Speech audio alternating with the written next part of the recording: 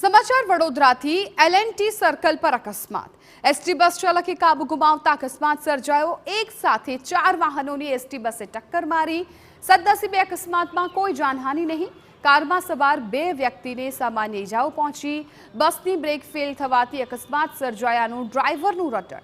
બસ ચાલક નશામાં ધૂત હોવાનો વાહન ચાલકોનો આક્ષેપ. પોલીસે બસ ચાલકની અટકાયત કરી કાર્યવાહી હાથ ધરી. ડ્રાઈવરનો મેડિકલ ટેસ્ટ કરવામાં આવશે. આને આ સિગ્નલ બંધ થતો હતો એટલે બંધ નતો થયો, ગાડી બધી નીકળતી હતી. તો મારી આ ગાડીને આમ કરીને ઊભો થઈ ગયો, પેન્ડલ ઉપર આખો આમ દબાઈને, પણ ગાડી ઊભી જ ના રહી, બ્રેક પહેલાં જ થઈ ગયું. ડ્રાઈવર પોતેલો જ છે, એની જોડે વાત કરે એટલે આખી સ્મેલ આવે જ છે, બરાબર. એટલે ડ્રાઈવર ડ્રંક છે જ, ડ્રંક ડ્રાઇવિંગનો કેસ છે. બ્રેક ફેલ છે એવું માનવા નથી રેડી. બ્રેક ફેલ એને ખબર પડી હોય તો હેન્ડ બ્રેક મારતા વાર કેટલી.